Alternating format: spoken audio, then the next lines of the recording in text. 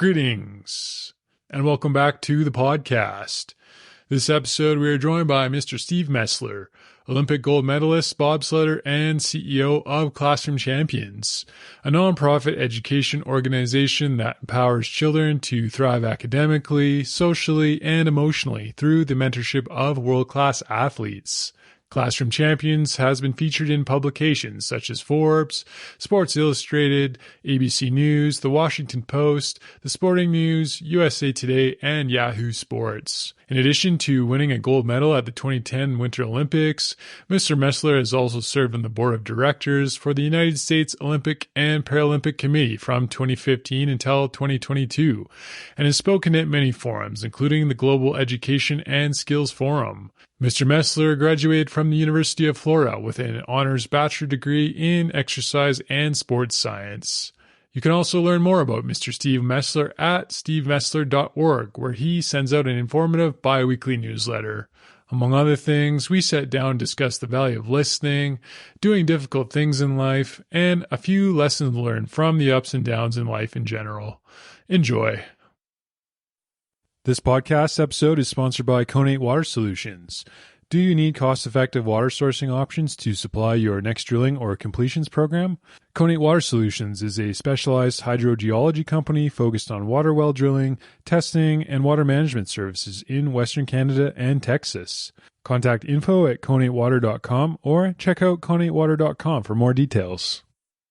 This podcast is sponsored by headracingcanada.com. In partnership with four-time Olympian Manny Osborne-Parody, headracingcanada.com is offering European factory performance ski gear from its online storefront by passing brick-and-mortar savings on to customers.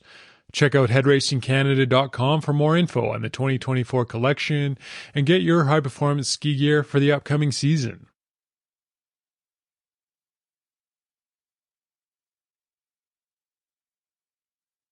Why don't we start? All right.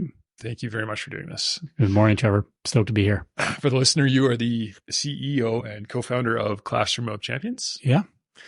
Maybe to start from the top, what is Classroom Champions? Classroom Champions is a nonprofit charity that is based here in Calgary, but we work with schools and school boards across Canada and across the U.S. with a main mission to empower kids socially, emotionally, and academically.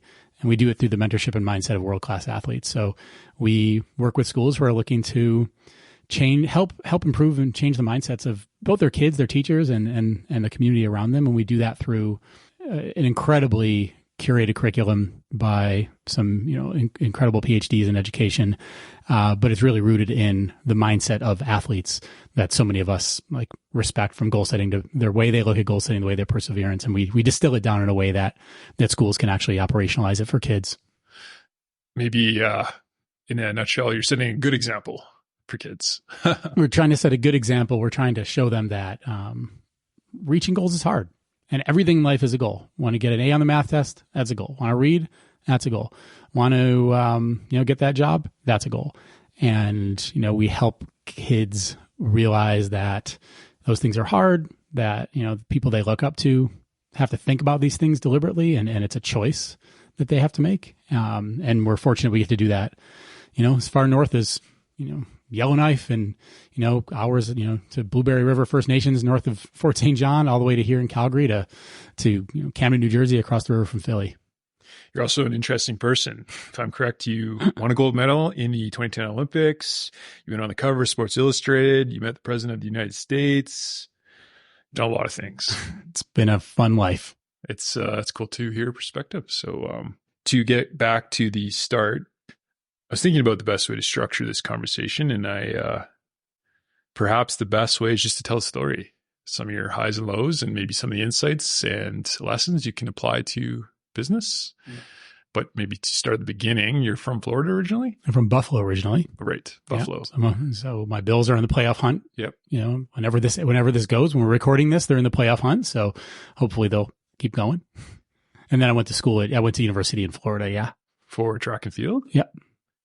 So originally you were a track athlete? I was originally a soccer player and a track athlete. I was a national champion in high school, and then got a scholarship to University of Florida, and wanted to go south. Didn't want to run indoors anymore. Wanted to as an American, I was literally looking basically only south of the Mason-Dixon line. I wanted to go to where I could, be in the warmth and have my best shot to go to the Olympic Games. But we're here in Calgary today. It's -20. Yeah. I mean, look, I'm not the smartest person. I slid down mountains for a living. So you got into track and field, and if I'm correct, you had a couple injuries, and then you transferred over to bobsled, which ultimately led to the gold medal. That is, yeah. That's the roundabout way of getting there. Yeah. So the goal wasn't always to be in bobsled. No, not many people's goals were always to be in bobsled. I was a driven kid who did Junior Olympics growing up in track, and then won the national title, and then headed to Florida, and then at the end of my, what turned out to be the end of my career at University of Florida. And Florida is one of those places where it's the creme de la creme of the athletic departments. It is, you go to Florida to be a big fish in a giant ocean. It's not a little fish in a big pond. You're a big fish already when you go there. I was surrounded, but we were the #1 recruiting class in the country that year. And I got there and I was surrounded by people who were just as, if not more successful than me. And I'd never been in a group like that before. And, fast forward to 4 years later, I was sitting on my couch and I was 2 days out of Tommy John surgery, which is, see the scar here for us sitting in the studio here, and tore it throwing javelin, just like a baseball pitcher does. And as I was sitting on that couch, I thought back, and I look back at my career at the point, and I was going to be graduating, and I just realized that I had not accomplished any of the goals that I had set out to do. I was a failure. I, won the national title in high school, and then I tore my hamstring like couple months later. Didn't finish my season. I got to Florida and had a great first year, and then blew my ankle out at the conference meet, and then got healthy and then blew my ankle out the next year, and then got healthy again, and then blew my ankle out again, and then got healthy and then tore my elbow. And I had 5 years in a row where I did not finish the season healthy. And I sat on that couch, and I don't know whether it was the medication that they had me on from the surgery, but I just thought, I wasn't ready to be done being an athlete yet. I just wasn't ready. I wasn't ready to think back, and think that I peaked when I was 17 years old in my athletic life. And I had a coach, a guy named Jerry Clayton, who had since moved on from Florida, but he's the guy who recruited me there. He had a guy named Rob Olson, who made the 1998 Olympic team. And he compared us in 1998 during those Olympics that winter, compared us as athletes. And I just laughed it off. Whatever, coach, I'm here in the sun. It's February of 1998 and it's, 80 degrees Fahrenheit out. Like, that has nothing to do with me. But at some point, whether it was, the drugs, the medication they had me on, it sparked in the back of my brain of Jerry saying bobsled. And I literally pecked away with my left hand and found the email address for the Olympic Committee and said, I'm big, this strong, this fast. What do you think? Can I do this? And I got an email back from USA Bobsled the next day, and I started training. Were you worried that going down that path may lead to financial insecurity, and that although you were a pro athlete, that maybe you had to weigh your pros and cons in terms of career and making that decision? At them, thought hadn't even crossed my mind. Like it was, I just wanted to compete. I was already scheduled to go to graduate school, and I'd already been accepted to go get my master's in what was going to be nutrition at the time. But I wanted it. That's what I wanted. That's why I went to Florida. For right or wrong, I mean, I turned down a lot of really great academic institutions. And Florida is a top 5 academic public university in the U.S. too. So it's a great school. But I think at that moment, what I was most concerned with was, like, I had just spent 4 years at one of the best athletic departments in the country, and I couldn't be successful. I had entire group around me whose their job was to help me be successful, and I couldn't. How in the hell was I going to go out there and compete against grown men who had families who were like trying to live their dream if I couldn't even do it with a full support system? And now I'm on my own. And I had to just change my mindset and said, all right, I'm just not going to get hurt anymore. Literally, I just sat on the couch and said, I'm not going to get hurt anymore. That's it.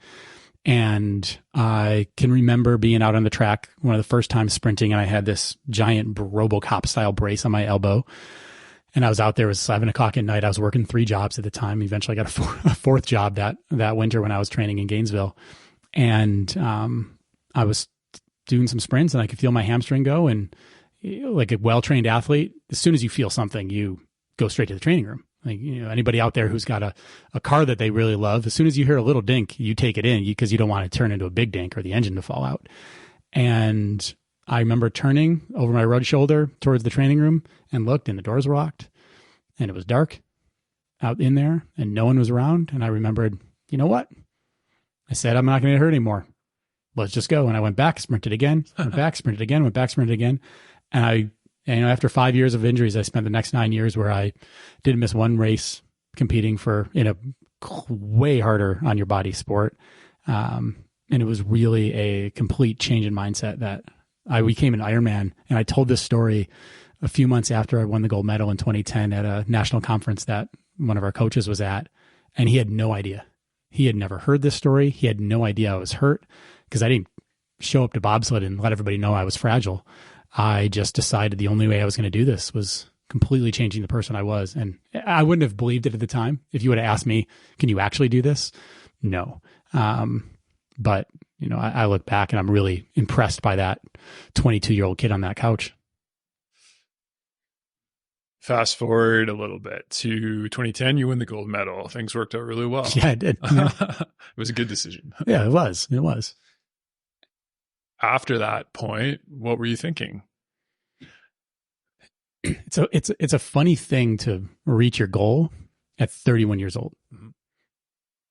So at that point, I was enjoying it. I had recognized that I was incredibly goal driven, like incredibly goal driven. If you would have asked me in, September 3rd, 2004, what are you going to be doing 4 years and 7 days from now? I could have told you and knew exactly what I'd be doing. I'd be training. I'd be doing this. Oh, it's a Tuesday. I know what kind of workout we'll be doing.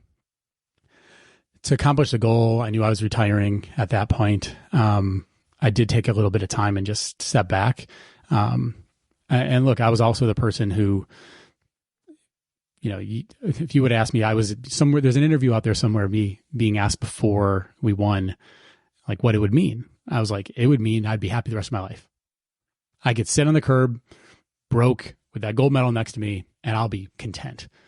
And for all the high performers out there who sold their businesses or achieved something that they, a giant, massive stretch goal, they know that that's not true. They know that's not actually how it works. But if you tell somebody in the middle of that process that the goal isn't as important as they think it is, they won't believe you. It's just the way we're wired, and that's okay. But I think there comes a time in your life where you have to be able to recognize and balance that achieving this thing isn't going to make you happy, that happiness is actually a choice. Happiness is simply a decision that you make. It doesn't just show up. All of a sudden, one day you just don't feel content. You just don't feel happy.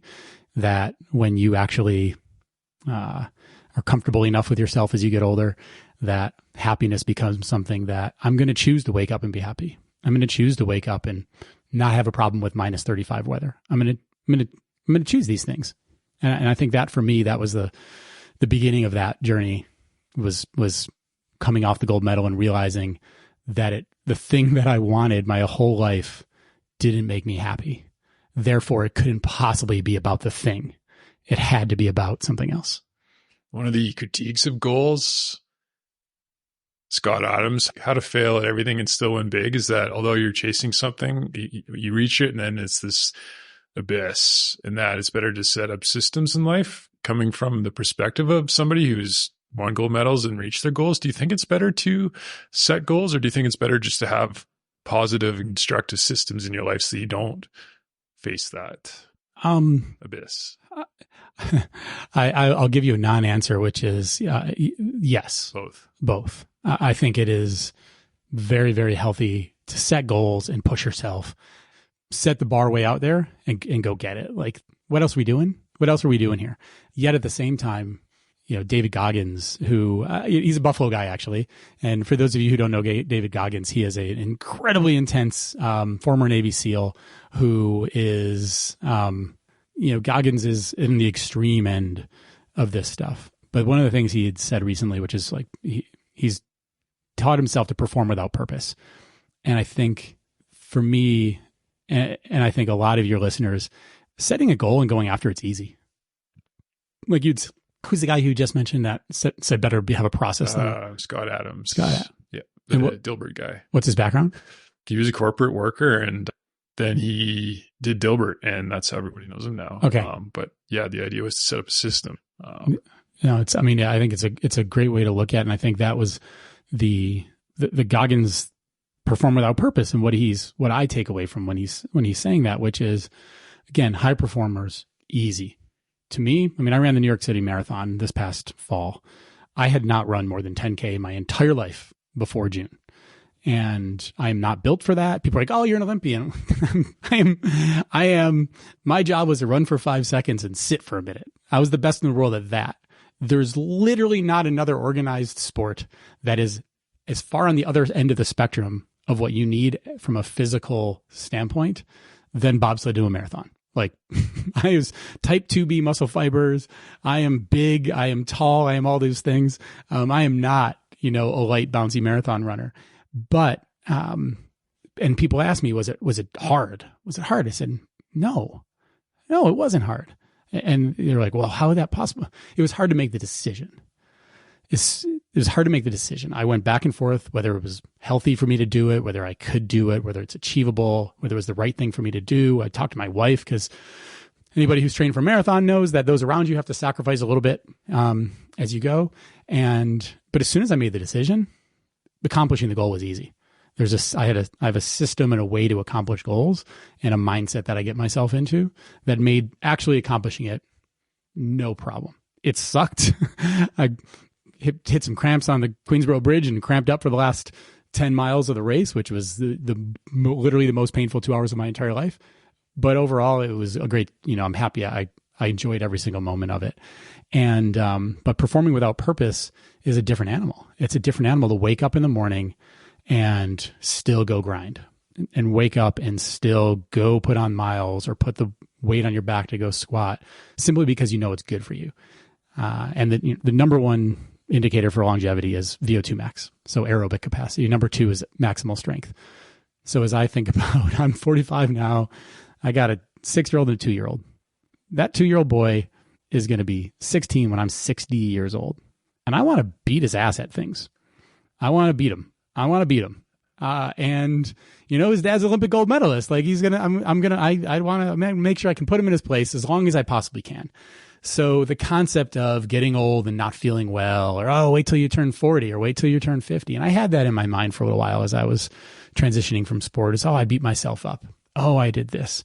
No wonder my knee hurts and I couldn't run for 4 years, because of course I did. I destroyed my body bobsledding, until I realized this is the only body I have and this is the only life I have. And so the concept of performing with a purpose is something that really I take on, really with a wonderful challenge. And there's all kinds of reasons that works, for us. One of those is a guy named Andrew Huberman, Huberman Lab, great podcast. My coach, Stu, who I moved up here for, Stu McMillan, who, coached myself and Kaylee Humphreys and a whole bunch of dozens of Olympic medalists both across bobsled, and when I coached Andre DeGrasse to his 2016 medals. And in November of 2020, depth of the pandemic, everybody's holed up inside. He calls, he's like, I'm bored. I was like, yeah, me too. I was like, what do you want to do? He's like, and he was down in Phoenix and I was up in Calgary. I was like, what do you want to do? He's like, I'm going to do this thing called Embrace the Suck. I'm like, what is that? And he told me, Andrew Huberman has this concept of limbic friction, which is really what's happening between sitting on the couch and getting up and going for the run, or getting up and cleaning the house, or what's happening in our bodies and our brains that some people do and some people don't. And he's coined this term called limbic friction, which gets into the limbic system and the way our bodies and our brains work, which is a different rabbit hole. But really what he's saying is doing hard things makes us better. And what the performing without purpose kind of thing comes into is doing things that we don't want to do makes us better. There's an area of our brain that every single time we do something we don't want to do that is intrinsically good for us, but we don't want to do. I don't want to wake up. I woke up at 5 a.m. this morning to run. I don't want to. When my alarm goes off at 5 a.m., I do not want to get up. When I go and have my snack, I go down to the treadmill. I do not want to get on the treadmill. I do not like running. Just because I ran a marathon, I do not like it. People are like, I don't like running. Yeah, me neither. It's horrible. It hurts. It sucks the whole time. But doing that actually increases a part of our brain that helps us with decision-making, helps us with self-control. If you're a business leader and you're not exercising, I can't help you. I can't help you. That's one of the first things when I work with people and I consult or I coach, or we talk through things. If you have anxiety, if you are a leader and you're not finding ways to get physical, short of having some kind of physical abnormality that stops you from doing that, then you got to find something else to push your body and your brain. Then you're not going to be, capable of improving and getting better. So I don't know, it's been a really trying to figure out how you gain success in something like bobsled and become the best in the world. But then how do you translate that into your own life? How do you translate that into executives' lives is a really, I don't know, I'm so intrigued by it these days. If you were to put your finger on maybe one or two things that you have noticed do transition well from pro sports to maybe running a business or day-to-day life, what would you say? Is it maybe doing hard things, or is it consistency? Is it setting goals? Is it good systems? What have you noticed? Yeah, well, I mean, you named some of the primordial broth, right?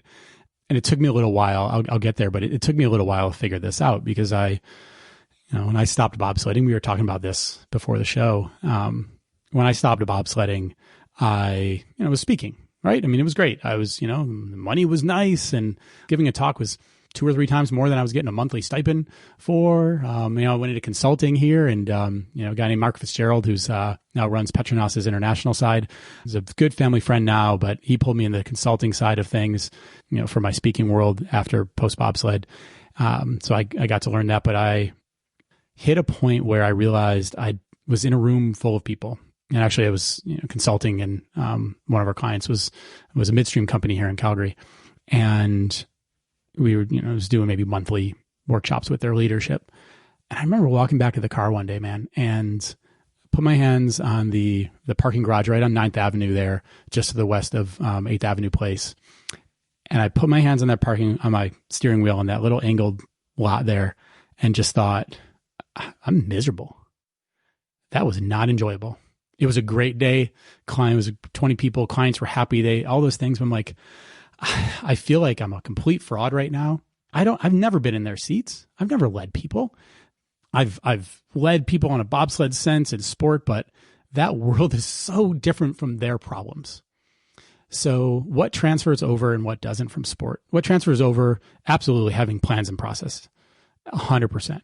It is wild to me the amount of people who go through the day-to-day work and don't actually know what they're doing. Not from a technical stance, but they couldn't tell you what the next 1, 2, 3 weeks, 1, 2, 3 months, 1, 2, 3 years is going to look like.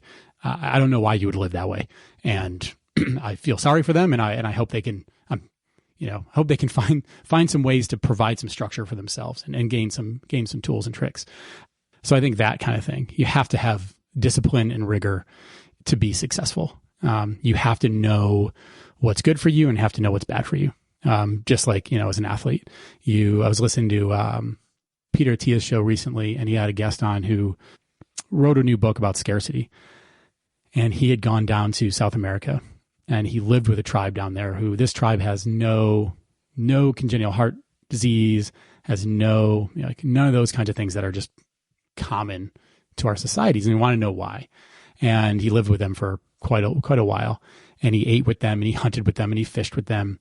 And what he realized was their diet consisted of only single ingredient foods, rice, berries, vegetables, like single ingredient things. Their fish were just fish. It wasn't fish with salt. It wasn't fish with seasoning. It was just fish. It took him a little while to get used to it. But he's saying it, that was our athlete diet. It was meat. It was potato. It was no breads, no pastas. Those things are, even, things that are considered healthy, like a whole grain, wheat bread. So many ingredients that go into that thing. So being able to transfer that from high performance into daily life is those kinds of things. Be conscious about what you're eating as a leader. Those things, your sleep regulates your circadian rhythm. Guess what? Your circadian rhythm regulates your mood. And as we all know, what's the worst day you have? When your boss is in a bad mood. So as a leader, you need to be conscious that there are more factors that control your mood, your energy levels, your decision-making than just how you woke up that day and how you're feeling. Being conscious of that thing, just like a high-performance athlete, can absolutely change your business. It can change your leadership. It can change your life. What things don't transfer? That is fascinating. The things that don't transfer are not everybody around you is going to want it as bad as you. And that took me a long time to figure it out. When you come from the concept of culture, we do organizational surveys at Classroom Champions once a year. We've got a team of 25 plus probably another 10 or 15 consultants that are contractors that work with us on a regular basis. And culture is important. Culture is your discretionary effort. It's what people are going to be willing to give up above and beyond, especially in a remote environment. But ultimately, when you come from sport, we never used the word culture back then. Never. Why? Because every single person wanted it. Everybody. Now, there wasn't one person you doubted wanted to win. And that was fantastic. There's 4 guys on our team, and not one person was worrying about their next job. No one was worried about their title. No one was worried about their salary or their bonus or their mortgage or their kids. None of us had kids, their significant others, which is amazing. It is like the purest high performance team environment you can possibly have. It makes an NFL team look, very unpure. It looks all these other places. That is the purity and the beauty of Olympic sport. That I think why we all really, really respect these athletes. They're not worrying about money. They just want to win. And that's awesome, but it's not real. It's not real life. It's fantasy camp. I got to live a decade in fantasy camp. And when you spend a decade in fantasy camp, you don't just come out of fantasy camp and be like, oh, all right, you didn't even know. I entered that as a young adult right out of university, and I exited at 31. And then I went into the business world. I was like, holy shit. I don't understand how, feedback. Wait a minute. I have to wait once a month or once a quarter to give you critical feedback. And then I have to tell you something good about yourself first, then tell you something good about yourself after, so I can make sure you feel good. Well, I moved to a foreign country to have somebody tell me what I did wrong 20 times a day. And if he wasn't telling me what I was doing wrong, he literally wasn't watching. So I think the struggle athletes have, the struggle that when I coach athletes on their speaking, is to realize the people you're talking to and trying to motivate, they don't live in the world you lived in where you were able to perform at that level. You can't. We were able to perform at a level and eat and sleep and train at a level that is not, it is literally impossible as a grown up who is not the most selfish human being in the world. Timothy Ferriss, great example. I think Tim's work and what he's done with his business is amazing. But you read 4 Hour Workweek and you got to be the most selfish individual. You're smiling as I'm saying this. You got to be the most selfish individual if you're going to actually use all of his stuff. And good on him. Good on him for doing that. That's his life. That's the way he wants to live. And I think that doesn't transfer. And that's a giant chasm between high performance sport and high performance leadership and business. And I, have a lot of friends downtown here, and we have a lot of discussions, men and women, about performance and leadership and teamwork and these things. And it's taken me quite a while between growing Classroom Champions for a decade and those struggles and of leadership and dealing with people and working with them, as well as sitting on the board for the Olympic Committee for 8 years and sitting in that room and understanding that, to be able to have enough of a filter and a prism to actually make what I feel is a contribution to people. And that's really, again, really, obviously, as I'm talking about, I have a ton of energy around it. Really interesting to me. Yeah. There's a lot of lessons you learn from pro sport and elite sport, but the criticism from the other side, someone like Nassim Taleb would say it's a constructed environment. Yeah. It's like a casino. Wow, it's a constructed environment. It's a great way to put it. Playing house rules, and it's not always applicable to real life. I guess the question is, how long did it take you to realize that? It probably took me a solid 8 years. Yeah. And I say that because I remember it was like mid 2018s, maybe even longer, actually, probably a solid 9 years. Mid 2018s, we were Classroom Champions was, the city here was struggling in Calgary. So Classroom Champions then inevitably was struggling, and I was having to travel a lot. We had our first child. We had, our daughter was born in 2017. I was having to travel a lot because there was no money to be raised here. And I was on the board of the Olympic Committee and the U.S. Olympic and Paralympic Committee, which is, the most powerful, most influential, Olympic committee in the world. And that was also the time where Larry Nassar and the gymnastics scandal had become public and real. And we were uncovering more and more and more.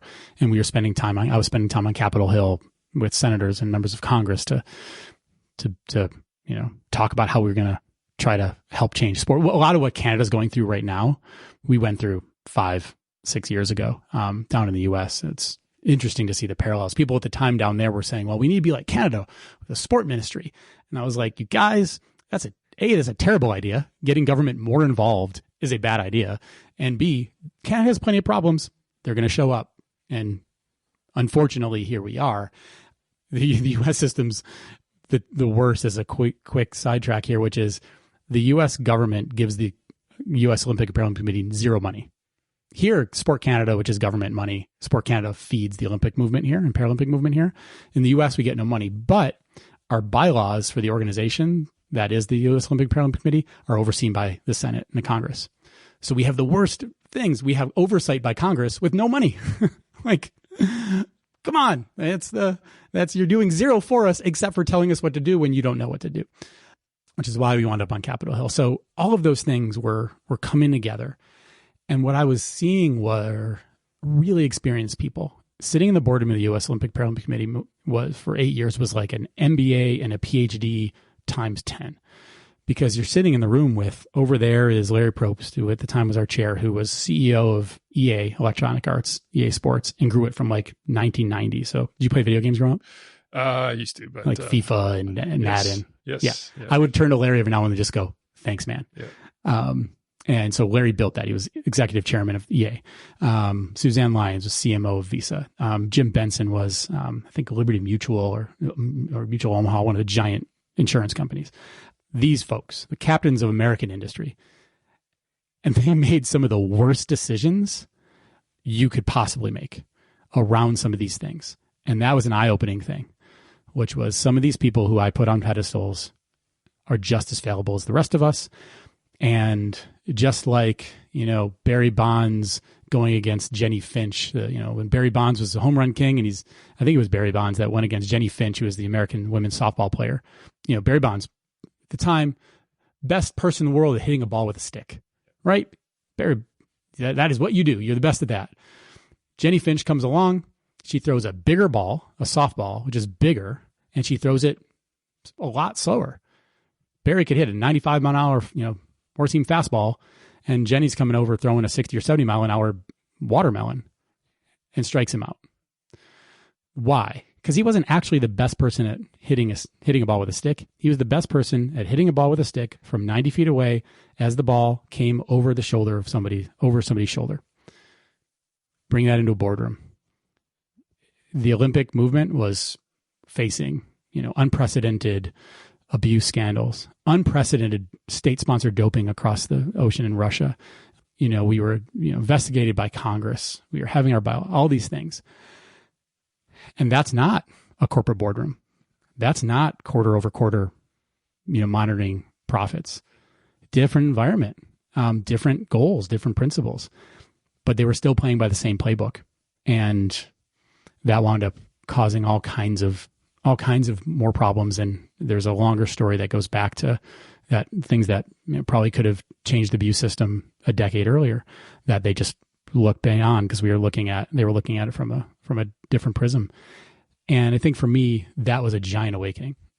And then all of those things, meanwhile, for me, I was struggling with this autoimmune thing that showed up, and I was getting tons of pain in my forearms and my hands. I wasn't sleeping well, and those kinds of things. And all of a sudden, then I found myself in depression in January of 2019, which I'm grateful for, and I am proud of coming out of it, and I'm proud of the way that I handled it and handled myself since.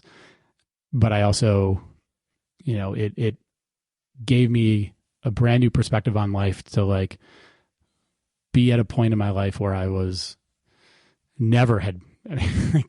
people listening to me, that was never on my radar. It was never anything. seasonal affect, those kinds of things, it hits everybody a little bit, but like to actually find myself in a puddle on the couch in between waking up and trying to work out in the morning, finding myself contemplating whether I'd be better in front of the C train or not, completely just shifted that prism. And that like intense period between the Olympic Committee, classroom champions struggling, and depression. I had everything that mattered in my life outside of my daughter and my wife was awful and hard and just like I wanted to quit it all. And I can look back now on that and be like, I wouldn't trade any of those things. I wouldn't trade any of it. Like, do I want to go back on the roller coaster of the Olympic Committee? No, I don't. I'm glad I termed out. I did my 2 4-year terms. Good, box checked. People asked me, people were asking me about Hockey Canada stuff. And I was like, I don't. I'm a hockey fan, but I don't care enough about Hockey Canada to do what I did because I care enough about the Olympic movement to do that. But I think those are the things. That's, so you asked me how long, and it's a complicated question of, it's just not about time. It's about time. It's about circumstances. It's about life. It's about walking out of there and realizing, what I care about and why we're here. And I've had that discussion with, guys who have been on this show before, guys like Brendan McCracken about like, what do we want to do in life? And it can't just be about money. Or it can't just be about building something, or it can't just be about these things. Maybe we'll get back to some of your lows and the lessons you learned from that when the tunnel got dark, so to speak. But just to go back to the correct environment where you're putting the wrong person in a certain seat where they may be successful in one area, like come from a high-end consulting firm, but then they go to lead pro sport and it's terrible. I guess the question is, you recognize that, and so do a lot of other people. How do you make sure that doesn't happen, and why does it keep happening from your perspective? Like, you can be CEO of the best company in the world, but you can't necessarily lead Alpine Canada. Yeah. It's fascinating. I don't know if I have I certainly don't have the answer. I have the perspective the experiences that I've had and the conversations I've had. And I think I think a few things. I think sometimes people have so much incredible experience that experience is blinding. You've seen something happen so many times. And look, I mean, my wife's a psychologist, behavioral psychologist. And one thing I've learned from her, I've learned a lot of things from her, but one of the things that really sticks with me is the best predictor of future behavior is past behavior. And as leaders, that is part of our matrix. Like we've seen this before. We're gonna weigh our risk and rewards, and we're go. And I think when you completely change the playing field, or frankly, you can completely change the playing field between a corporate environment and Alpine Canada as your example, but also society is changing at a rate that is incomprehensible to the regular human brain. It's a complex environment, and I think the challenge is that the CEO of a $1 billion company comes in and runs Alpine Canada. Everybody around them has significantly less experience. So they will look to that person. And unless that person has enough self-awareness to know that they're going to be wrong a lot, and they're comfortable in their skin, that their title and the perception of their power isn't their main weapon. And I say weapon isn't their main tool to be successful. Then you're in a lot of trouble. And I think that's one thing that I chaired our nominating governance committee at the Olympic Committee, and that was one thing I really looked for. I looked for people, and when I hire people, I look for people who are very comfortable in telling a story about when they were wrong. They're self-aware enough to realize that they made some mistakes, and I think that's a really I can look back and realize I did some things, poorly around athlete representation my first 4 years. And no wonder that some of the athletes were pissed at me. I thought I was doing it for the right reasons. I thought I was leaning and trusting on the people that I trusted at the board level. And it turns out they were wrong. And I didn't know it at the time. And I then made wrong assumptions and made wrong, allyships. And So I think a big part of it is just the complexity, and some leaders can do it and some leaders can't. You mentioned consultants. I think I spent a lot of time consulting, and when you consult and when you spend a little bit too much time consulting, you're not the decision maker. Yes. And no skin in the game. Yeah. And look, I mean, I'm not saying that as an insult at all. No, you just can't. You can't weigh the impacts of your decisions without some form of skin in the game. Yeah. And I think, like, look, I mean, I do, I enjoy I enjoy helping people for sure think through decisions as well. But sometimes you have to be the one that makes the decision. Yeah. And I think that's a thing. We struggled for a while when we made the transition to the Olympic Committee, because we had a CEO and a chair who neither of them had ever been the CEO of an organization before. Yeah. And whether you are a CEO of a 30-person organization, a 300-person, or a 3,000-person organization, your decision matrices and decision making are really similar. And when you're a high performer, you put all that on yourself anyway. So the pressure and stress you feel is less from the board, is less from the public, is less from shareholders. And I've had this discussion with countless CEOs of public companies. They made it that far because their intrinsic drive, their internal drive is so strong that, again, no one can put more pressure on them than they can themselves. So those decisions are the same. So in many ways, like, there's some different complexities, and, like, again, Brendan McCracken's decisions of hiring certain people or certain things have some more complexities here and there than some of mine, but also then some of mine will involve, like, education and kids and the ramifications of that. So, I think it's an interesting thing. And organizations, especially nonprofits who are looking at board members, it's easy to go to the shiny person. Yeah. Yes. It just depends on what you want.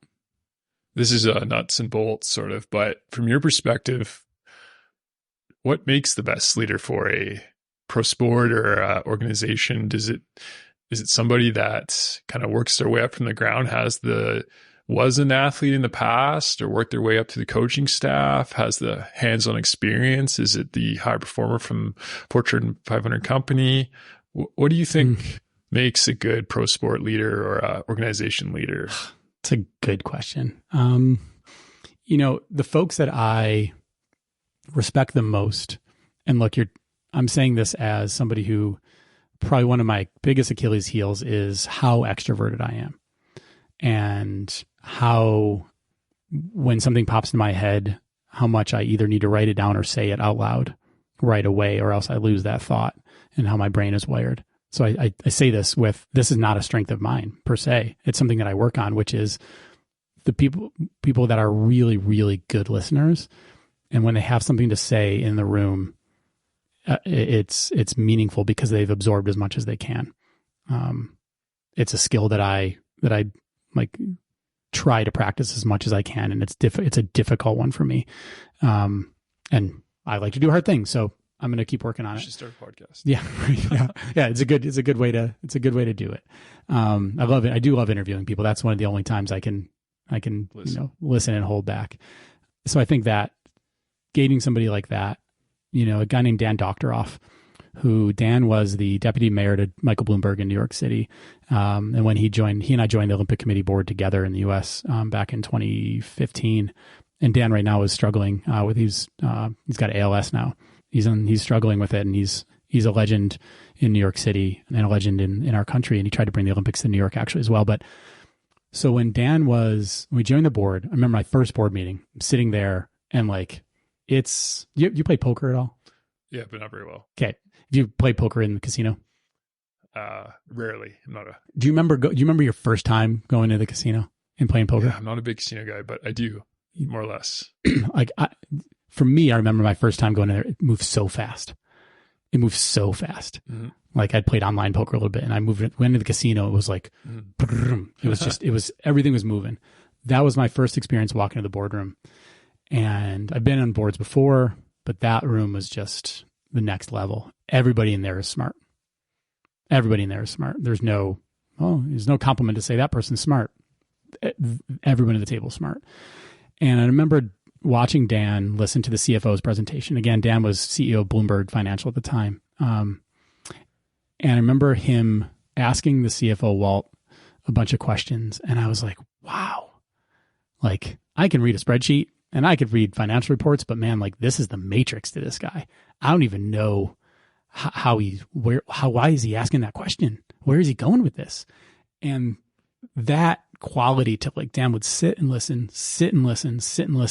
and then ask questions. And when he asked those questions, man, they were just so specific. So I think having the expertise of whatever you're going to go lead, having enough expertise to know how to ask the right questions.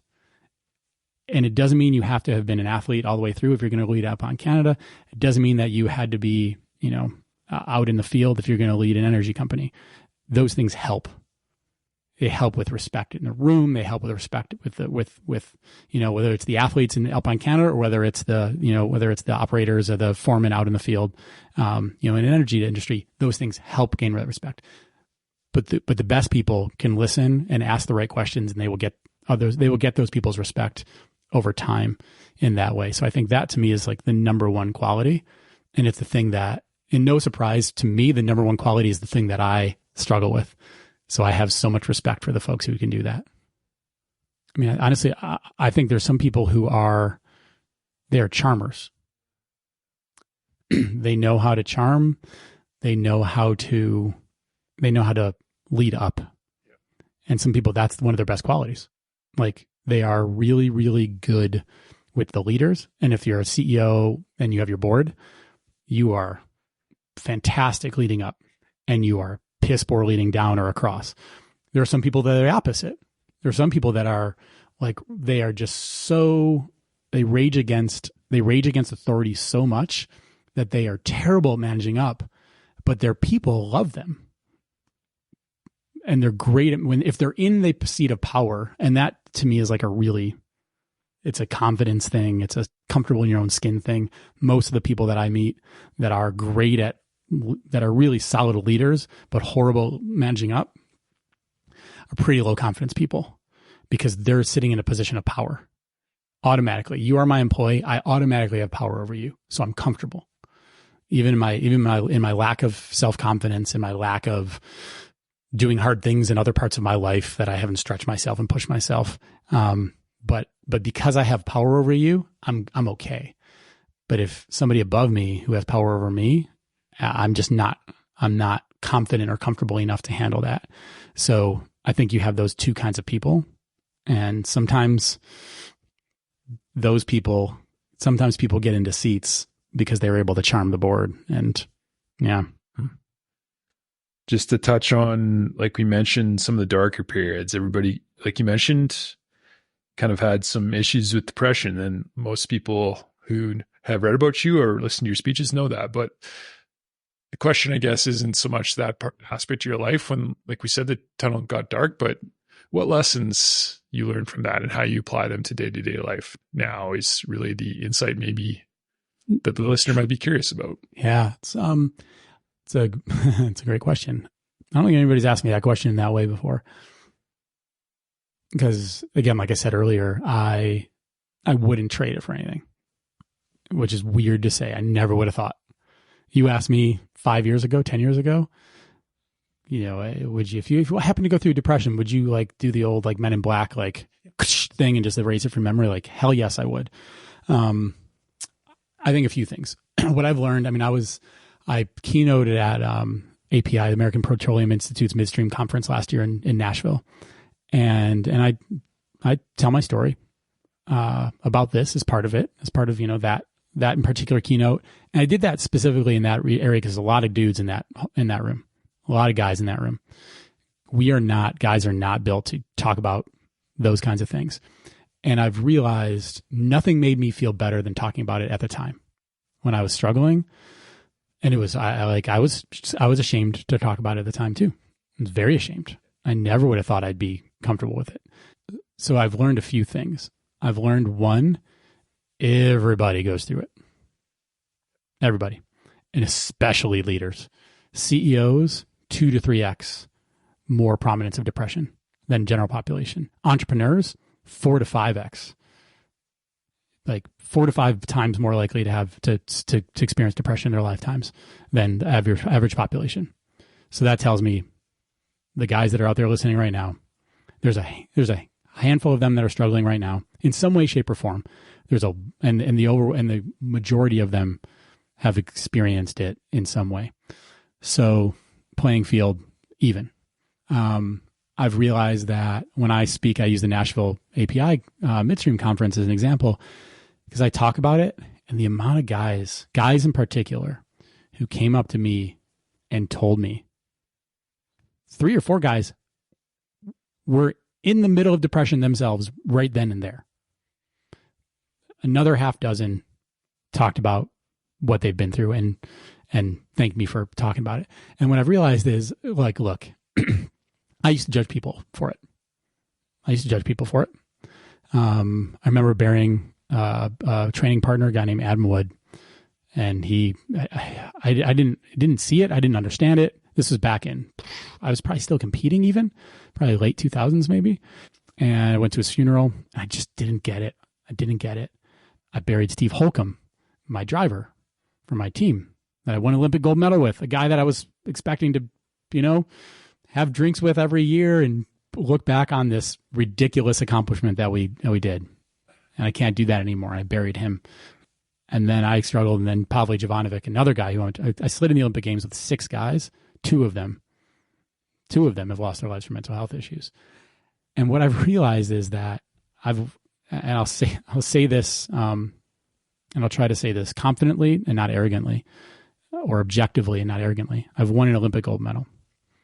I have built an education and children's organization that reaches millions of kids, that's raised upwards of over $50 million in support, that's partnered with the industry here in town that we should talk about before we leave, and is doing incredible things in the world of education and sport. I sat on the board of directors of the most powerful Olympic committee for 8 years, and I was the first athlete in over a decade to chair any board level committees, and I did nominating governance. I sat on finance on risk. I sat on compensation committee. I've run a marathon. If I can't talk about depression and not have people negatively judge me, I'm not sure how many others can. So if talking about it helped me when I was struggling, and if talking about it helps the guys that are out there struggling, and if I don't have license, then man, we're in trouble. So I think that, and if people want to judge me for that, then that's going to be on them. Like, that's their baggage at this point. I've learned how to mitigate that for myself, running and exercise and where I keep my mindset and where I keep my social media and where I keep these things. And I've learned how to stay away from the edge of the spiral that brings me down.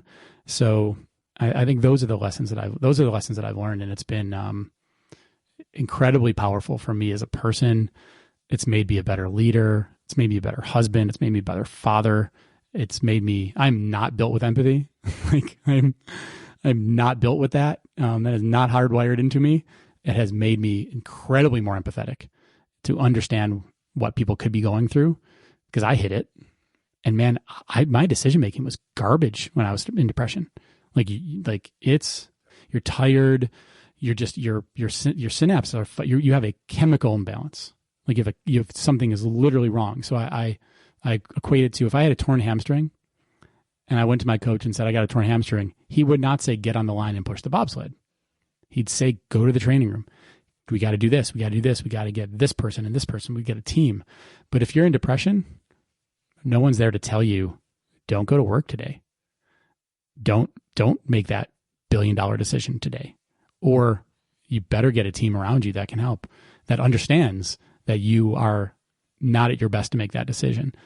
And I think that's, like, if you're under that kind of pressure and you have those kind of symptoms, like, you're 100%, you're not making your decisions properly.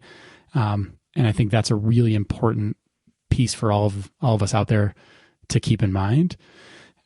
And then how do you mitigate those things, and because it's just not okay not to go to work too. If you're the CEO, if you're Craig Briska, if you're Brendan McCracken, if you're any of these folks out there, it's not okay just not to show up.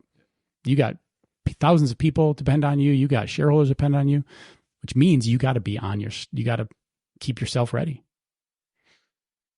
Yeah, I think I read it was the Navy SEALs the phrase is that a lot of times the most powerful and successful people, actually, the paradox, they have the most fragile egos, and they're very fragile people. And a lot of the most successful people are very fragile. Yeah. I mean, you look at them, you look around, right? I mean, that's the, it's a driving factor. Like, fragility is a real thing, and fragility is okay. Like, it's a normal human behavior, emotion, whatever you want to call it.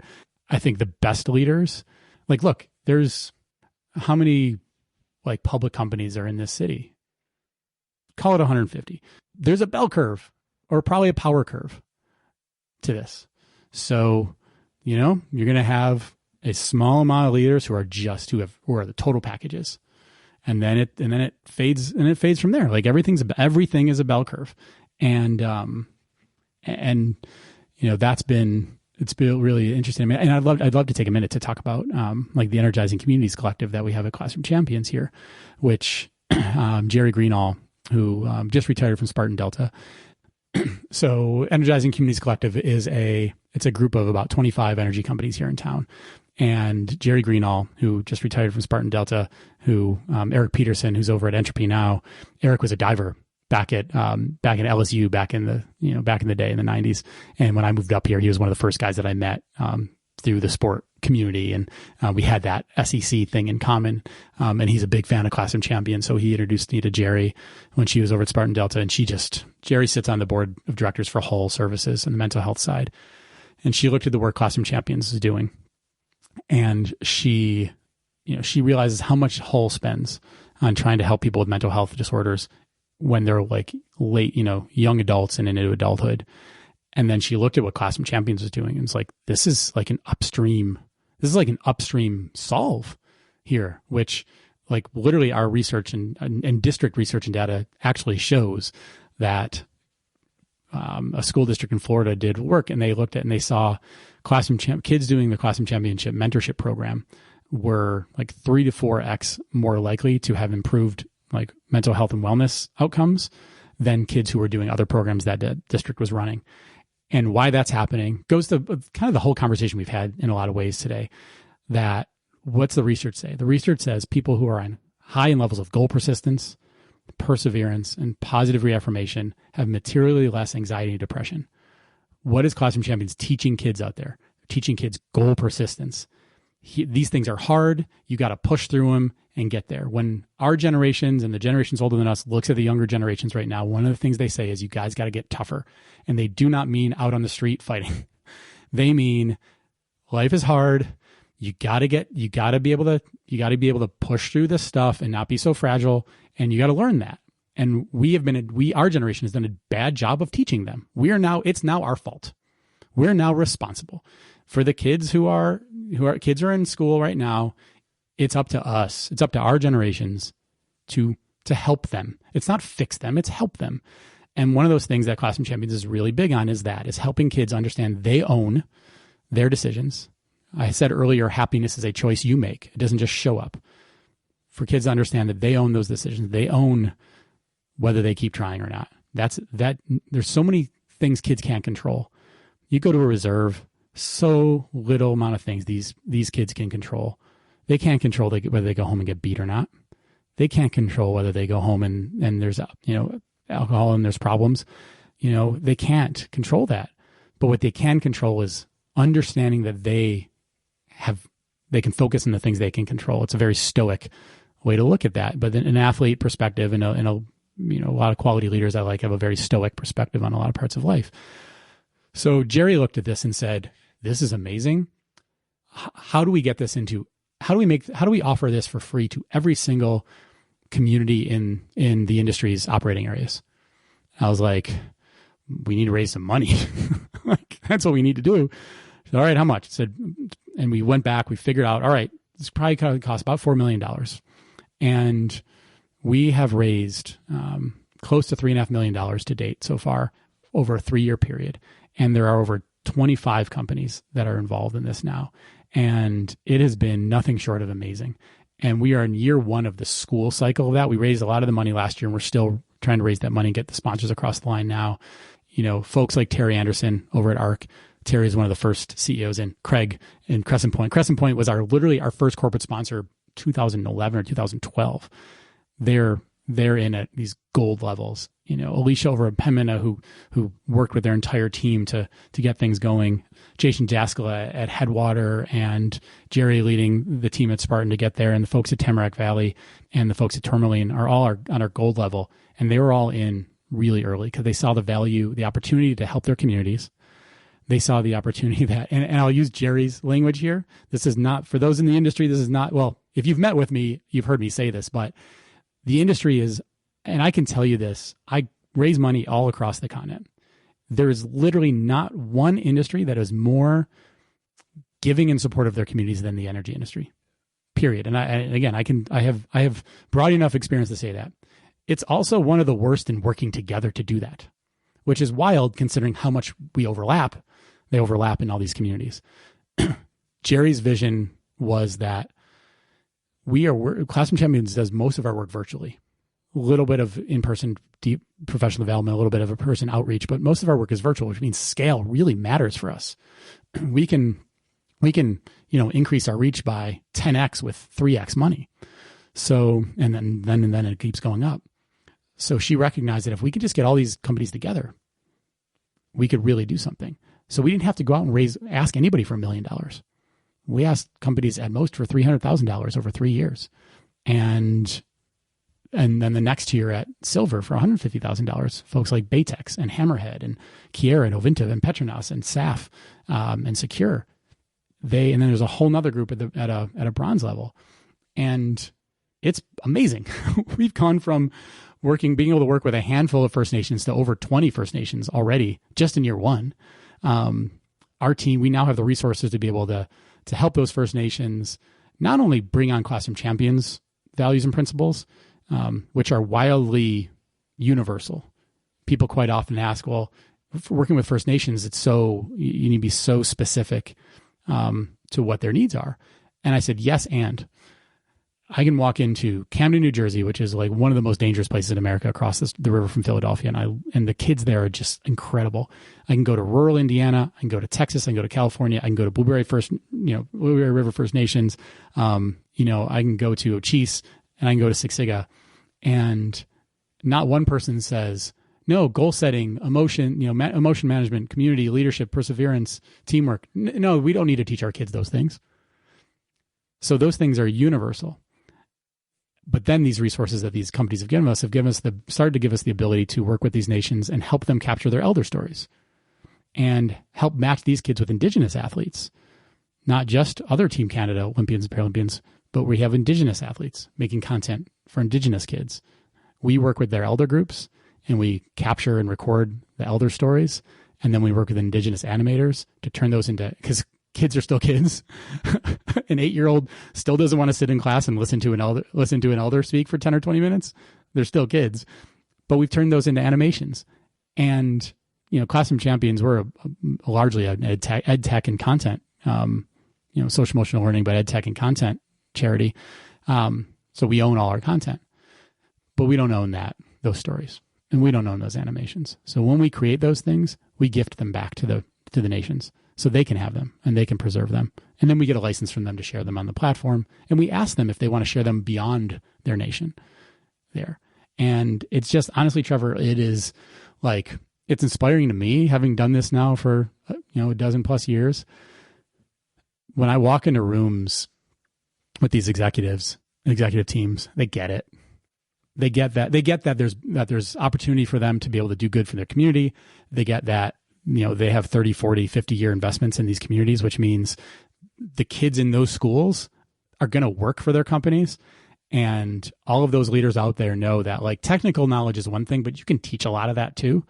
But man, work ethic and the ability to work within a team and the ability to be trusted, those are things that aren't being taught in schools that we're teaching now. I know the premier was on the show here. Hopefully she's going to listen to this. And,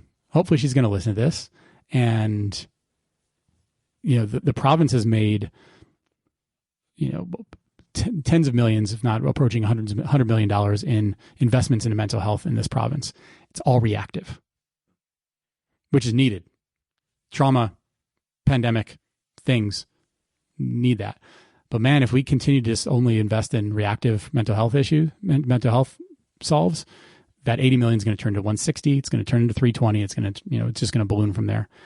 But if we can use the proactive things and teach kids that they own these responsibilities, these things, and they own these choices, and we have engaging people like athletes and inspiring people like athletes telling them that, and we have industry investing in it to make sure that their communities are strong, and those companies are able to, make sure people in those communities know that they're involved. I'm a all ships rise person here. So we at Classroom Champions do media pushes, and we make sure that those people in the community have an understanding that these are the companies in each of these areas that are helping. Because look, if it's successful for the companies, they can build their goodwill in their communities. They can also help invest in those long-term future of those kids. We get to keep doing our work. So, yeah, thanks. It's been, man, I've been just so impressed. So. We're at an hour now. Just to wrap things up, if you were to give advice to somebody who is walking down a dark tunnel, maybe at a low point or maybe just a tough day or tough week, what would you tell them? What would you leave them with? You're not alone. The best of us go through it. So that you're in it doesn't mean you're less. Doesn't mean you're less. And I would also say, remember that it happens, but also remember steel sharpens steel. So one of the only ways out of that dark tunnel is to do something today that you don't want to do. And sometimes today, what you don't want to do might just be make the bed. It might just be shovel the walk. It might be go for a run. It might be go lift weights. When you're in the thick of it, that stuff is too hard. It's too difficult sometimes. But if you can go out and do one thing today that you don't want to do, you'll feel good about it. And then the next day, you'll be able to do something that's a little bit harder that you don't want to do. And then the next day and continue. And then from every day thereon, you realize that. And it's hard to understand, but the analogy I can give was a mind-blowing thing for me. I've had a lot of concussions. So the death and destruction that is behind, in my sport wake, a lot of it has to do with how much head trauma we have. Pavli and Holke and probably Adam Wood as well, and the other dozens of guys that have passed away, probably all had CTE. I've probably got that issue in me somewhere. But what's fascinating to me now, when Manny Osborne, shout out to Manny out there, that crazy SOB. So when we were competing, the protocols for concussion would be you get a concussion and then you'd sit in a dark room and you wouldn't do any exercise for 7 days after that those symptoms stopped, which might be what sounds familiar to you. Yeah, definitely. So today, you know what they do? They get you moving. You get a concussion, they get you on a bike. They get you pushing and moving. And it's just like something you're probably more familiar with is people who had knee surgery or hip surgery. If you had that kind of thing, you used to be bedridden for quite a long time. What do they do today when somebody has knee surgery? They get you on a bike right away. You're out of knee surgery, and hours later, you're on a stationary bike. That's wild. And that's because we learned that pushing ourselves, as soon as something happens, the best thing you can do is cause stress in the body. If you can cause stress in the body, all kinds of good things get released, and it helps you heal. I had a 16K run that I did on the treadmill on Sunday, and outside of my left knee started bothering me in a way that wasn't it wasn't anything bad, but it was like, it started hurt. And man, it was sore the rest of the day. What did I do the next day? I did a squat workout because I knew I need to stimulate it. I need to get those muscles firing and get them going. Bring that over into your world that you're struggling with right now. The right thing feels like sit on the couch. I was a puddle on the couch for a lot. That's what your body's telling you to do. Just like a concussion, just like a knee surgery. Keep going, keep moving. Well, I think that's a great place to leave it. So Awesome. Thank you very much. Yeah, man. Really appreciate your time. Thank you. Thank you for giving me the space to do it. We can end the formal conversation there. So.